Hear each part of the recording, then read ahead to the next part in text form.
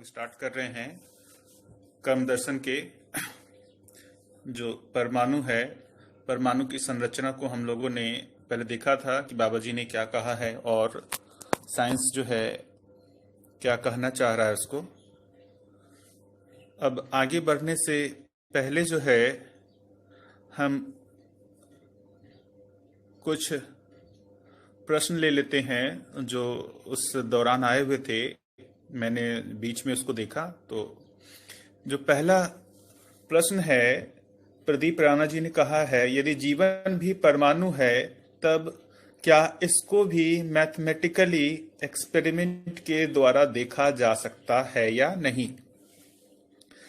ये जो इनका प्रश्न है, ये ऐसे प्रश्न जो है मैंने बहुत लोगों के मन में देखे हैं और खुद मेरे मन में भी रहा पहले, और बाबा जी से भी जो है कई लोग इस तरीके के प्रश्न पूछते ही थे।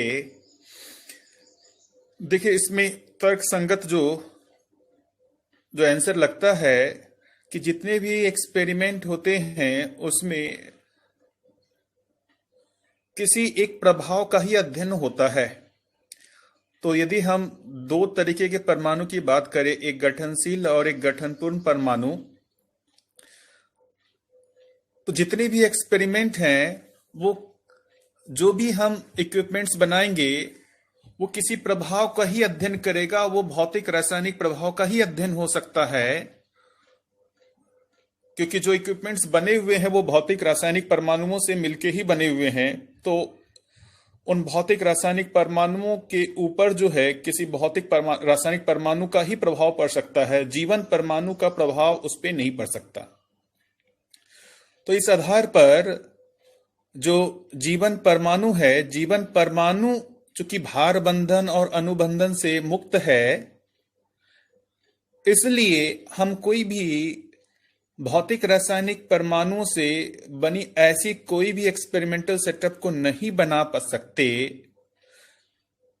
जो इस जीवन परमाणु के साथ किसी भी तरीके का कोई प्रभाव प्रस्तुत करता हो। इसलिए ये जीवन परमाणु जो है, इसको हम किसी भी तरीके से भौतिक रासायनिक विधि से इसके एग्जिस्टेंस का पता नहीं लगा सकते। एक तो आंसर मेरे को यही लगता है। दूसरा जो एक प्रश्न है बहुत ही सुंदर, जो है व्यापक ऊर्जा स्वरूप कैसे है। ये बहुत ही सुंदर प्रश्न है।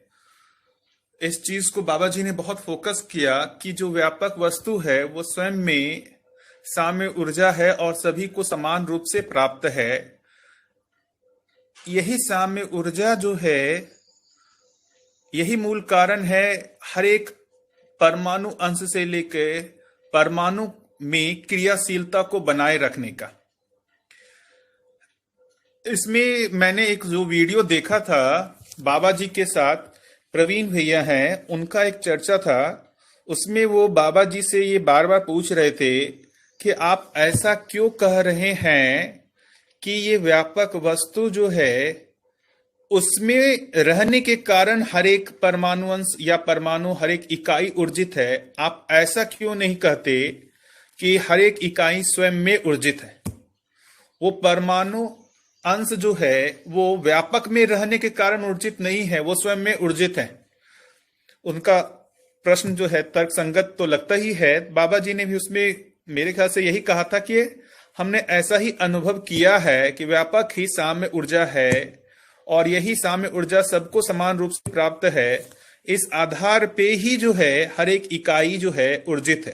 क्योंकि आप जितनी भी जगह देखेंगे तो दर्शन में बाबा जी ने हर बार लिखा है व्यापक में संपृक्त होने के आधार पे ही हर एक इकाई जो है ऊर्जित है, क्रियाशील है। तो ये तो जो है लैक तो जो है हुआ ही है, जो एक कहे परंपरा में इसकी पहचान नहीं हो पाई। हालांकि परंपरा में बहुत लोगों ने जो इसकी बात करते हैं, ब्रह्म की बात, ये सब की बात पुराने परंपरा में, तो वहां भी कहीं ना कहीं इसकी ओर कुछ इंगित करना चाह रहे थे, लेकिन वो क्लियर नहीं था। बाबा जी ने इसको पूरा क्लियर कट जो है ये बताया कि यही मूल्य ऊर्जा है, साम ऊर्जा यही है, और इसी ऊर्जावश हर एक इकाई ऊर्जित है, क्रियाशील है। साइंस इस ऊर्जा को अभी नहीं पहचान पाया है। साइंस जो है अभी जितनी भी तरीके की ऊर्जा को पहचानता है वो एक तरीके से परस्परता में ही, एक अंश दूसरे अंश के साथ परस्परता में आते हैं, तो उस दोनों के जो एक संगठन है उसकी ऊर्जा को ही पहचान पहचान पहचान पाया है। वो एक अंश जो है अपने आप में ही जो स्वयं ऊर्जित है उसके आधार को वो नहीं पहचान पाया है।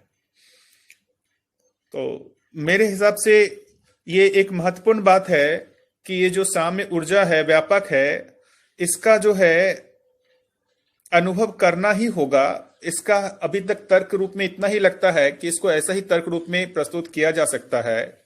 बाकी ये जो एक महत्वपूर्ण मुद्दा जो है, ये व्यापक ऊर्जा स्वरूप क्या है, कैसे है, इसका अनुभव होना पड़ेगा। ये आत्मा में इसी का ही तो अनुभव होता है, व्यापकता का अनुभव होता है, जहां पर वो उस व्यापक को साम्य ऊर्जा के रूप में अनुभव करता है।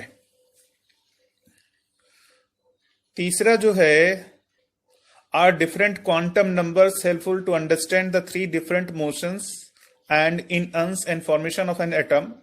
देखिए क्वांटम नंबर जो है ये सब क्वांटम थ्योरी है। एक महत्वपूर्ण बात बताए कि साइंस जो है वो कल्पनाशीलता और प्रयोग के आधार पर, कल्पनाशीलता और प्रयोग के आधार पर ही वो किसी एक निष्कर्ष पे पहुंचता है। उसने आंखों से कुछ देखा नहीं है या अभी तक उसने कोई क्लियर कट जगह पे पहुंचा नहीं है। कुछ थ्योरी उसने डेवलप किया, जैसे पहले बोर्स का मॉडल आया एटम का, उसमें उसने बात की कि सेंटर में न्यूट्रॉन प्रोटॉन है और चारों तरफ इलेक्ट्रॉन चक्कर काट रहे हैं। लेकिन इस संरचना के आधार पे भी ऐसे बहुत सारे एक्सपेरिमेंटल रिजल्ट थे जो एक्सप्लेन नहीं हो रहे थे। उसको एक्सप्लेन करने के लिए एक क्वांटम थ्योरी आई। क्वांटम थ्योरी जो है वो अपने आप में ही एक अलग तरीके का कंसेप्ट है। उस आधार पे उन्होंने कुछ चीजों को एक्सप्लेन करने की कोशिश की जो बोर्स मॉडल से एक्सप्लेन नहीं हो रही थी। लेकिन ये कहें कि इसने भी पूरी तरीके से अच्छे से समझ लिया है, ऐसा नहीं है। तो अभी हर थ्योरी जो है उसका अपना कुछ कहें कि इंपॉर्टेंस है, जो वो अभी तक की जो भी चीजें एक्सपेरिमेंटल जो ऑब्जर्वेशन है उसको वो जो एक्सप्लेन नहीं हो रही थी उसको वो एक्सप्लेन करता है। बट उसके साथ ड्रॉबैक भी है कि कुछ और भी ऐसी चीजें हैं जिसको वो एक्सप्लेन नहीं कर पा रहा। इसलिए साइंस जो है किसी भी तरीके के अभी उसने फिक्स नहीं कर दिया है कि यही फंडामेंटल और यही लास्ट थ्योरी है। उसमें चल ही रहा है उनका शोध कार्य। तीसरा एक और जो प्रश्न है, क्या सभी अंश एक दिशा में घूर्णन करते हैं, केंद्र व परिवेशीय अंश? देखिए एक तो जो है बाबा जी ने भी कहा है कि एक अंश यदि किसी परमाणु में नहीं है तो वो घूर्णन कार्य करता ही रहता है व्यापक में।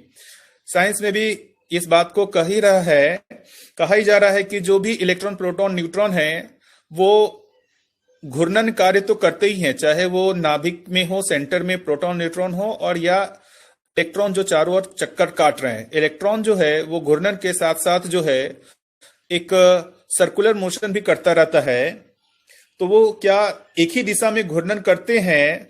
देखिए यदि इलेक्ट्रॉन जो है यदि एक सर्कल में घूम रहा है तो आप ध्यान से सोचें तो उसमें दो दिशा हमेशा ही बनी रहती है, एक क्लॉकवाइज और दूसरी एंटी क्लॉकवाइज। सो इसलिए इसको जो है साइंस जो है अप स्पिन और डाउन स्पिन के नाम से जानता है। इसलिए दो दिशा हमेशा ही बनी रहती है। दो और जो कमेंट है विपिन भैया का कि साइंस में भी किसी ने कुछ नहीं देखा है, सब कुछ एजम्पशन ही है। देखिए ऐसा कहना भी बहुत उचित नहीं है कि साइंस में किसी ने भी कुछ नहीं देखा है। यदि हम यहाँ देखने की बात आंखों से कहे तो आंखों से निश्चय ही किसी ने कुछ नहीं देखा है, और क्योंकि आंखों की अपनी एक क्षमता है, वो एक निश्चित जो कहे कि साइज के चीजों को ही देख सकता है, उससे कम साइज की चीजों को नहीं देख सकता है। लेकिन उसने ऐसे अपनी आंखों की क्षमता को बढ़ाने की कोशिश की है, बहुत सारे जो है इक्विपमेंट्स बनाए हैं जिससे वो अपनी आंखों से जो नहीं दिखता है उसको वो देख पा रहा है।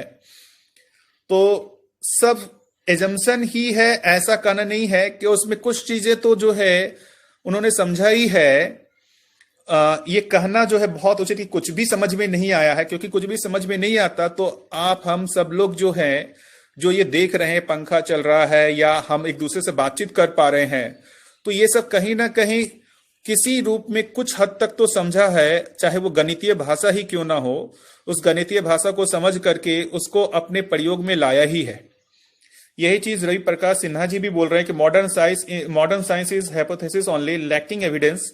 देखिए, एविडेंस का लैकिंग नहीं है। मैं यहां से बैठ करके आप सब लोगों को अपनी बात सुना पा रहा हूं, ये बहुत बड़ा एविडेंस है कि कुछ चीजों को तो हमने समझा। ये तरंग है, ये जो भी है इलेक्ट्रोमैग्नेटिक वेव्स हैं, ये तो मैंने देख जो है साइंस ने समझा ही कि जैसे मैं जो बोल रहा हूं, जो ये ध्वनि तरंग है, ये ध्वनि तरंग जो है ये इस मोबाइल के माध्यम से एक इलेक्ट्रोमैग्नेटिक वेव के फॉर्म में कन्वर्ट हो करके आप तक वो इतनी जल्दी पहुंच जा रहा है, तो ये इसका एविडेंस है।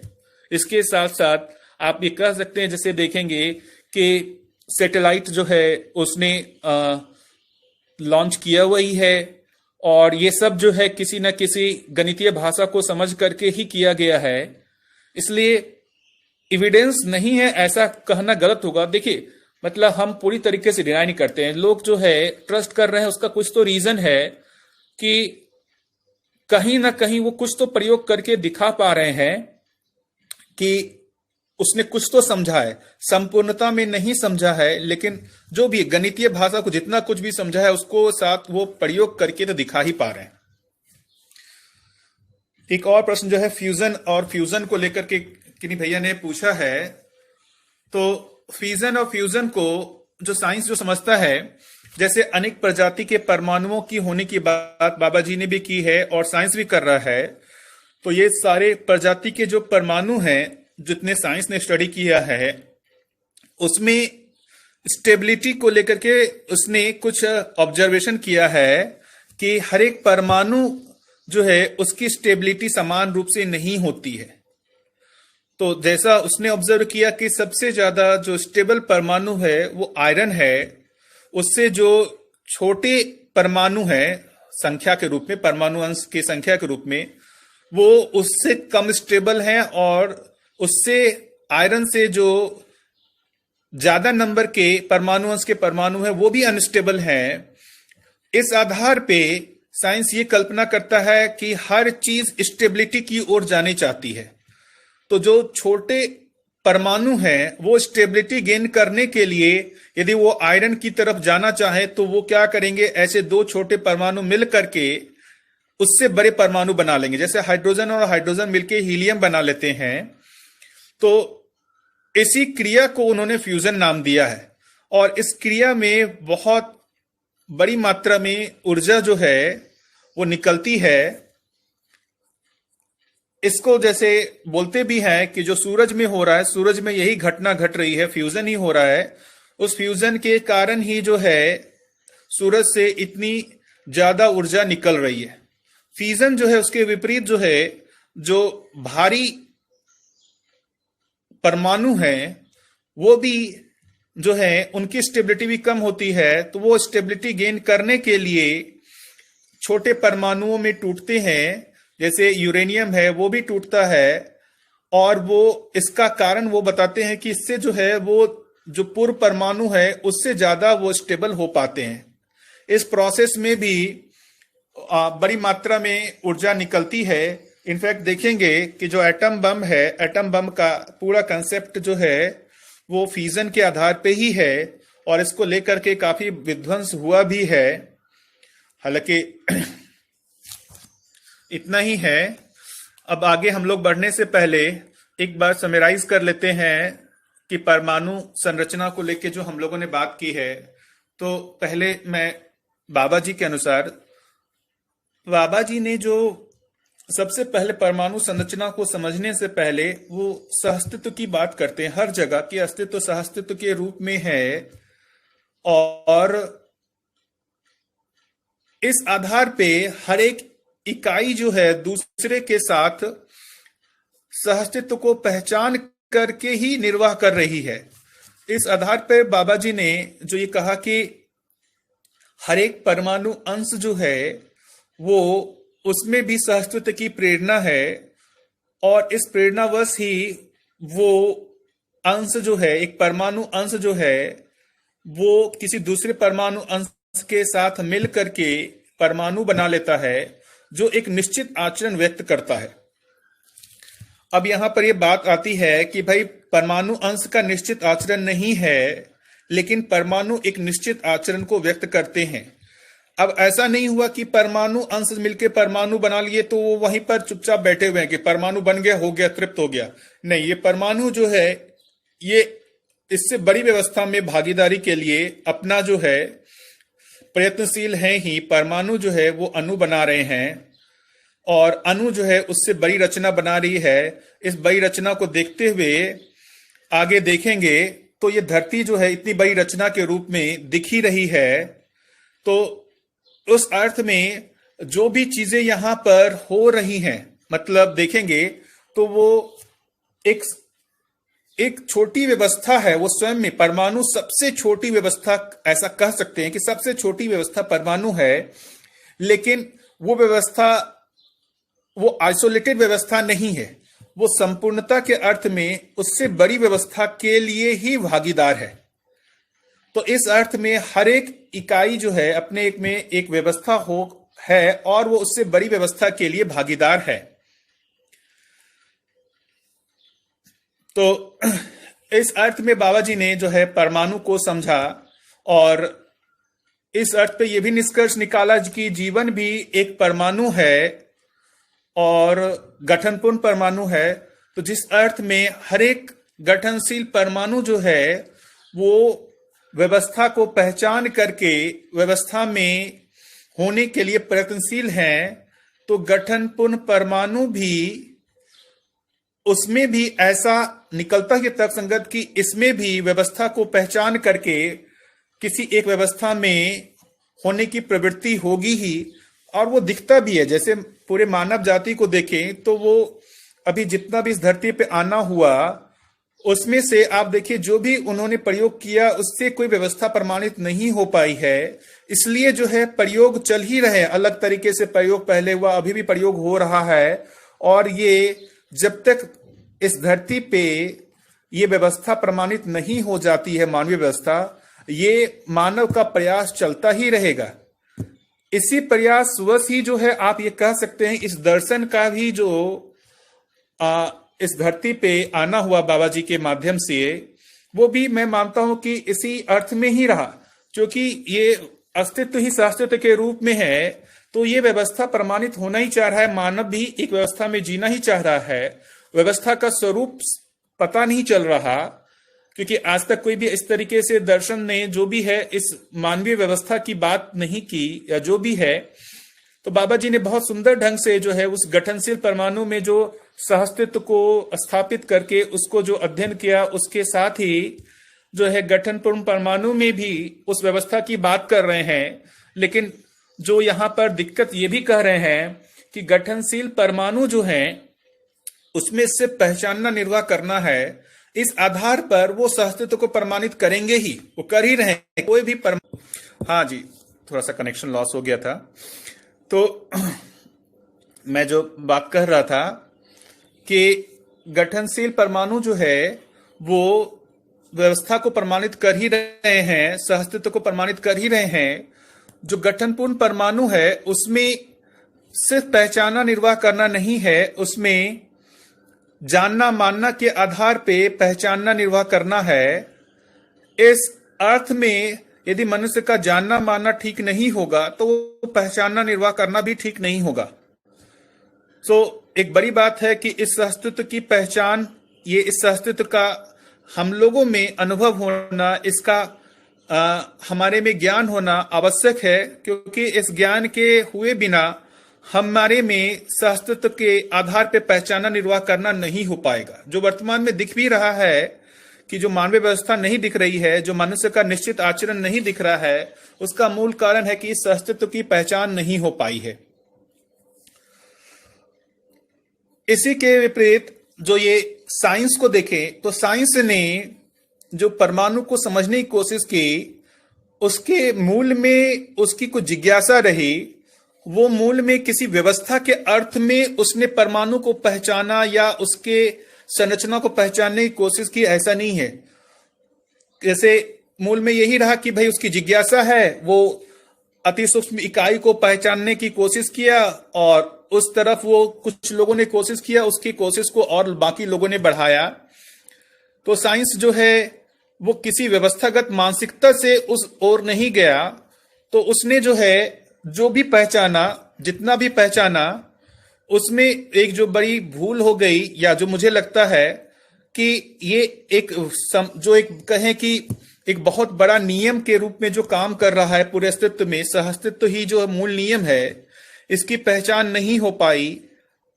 तो वो एक जगह पे जो है थोड़ा सा मामला गड़बड़ा गया। बाकी उसने जो है जो भी गणितीय भाषा को पहचाना, उसमें काफी कुछ हद तक सफलता पाया भी है। गणितीय भाषा को जो भी है उसमें क्या संरचना है, किस आधार पे है, उसके नियम किस आधार पे है, इस सब को पहचानने की कोशिश किया ही।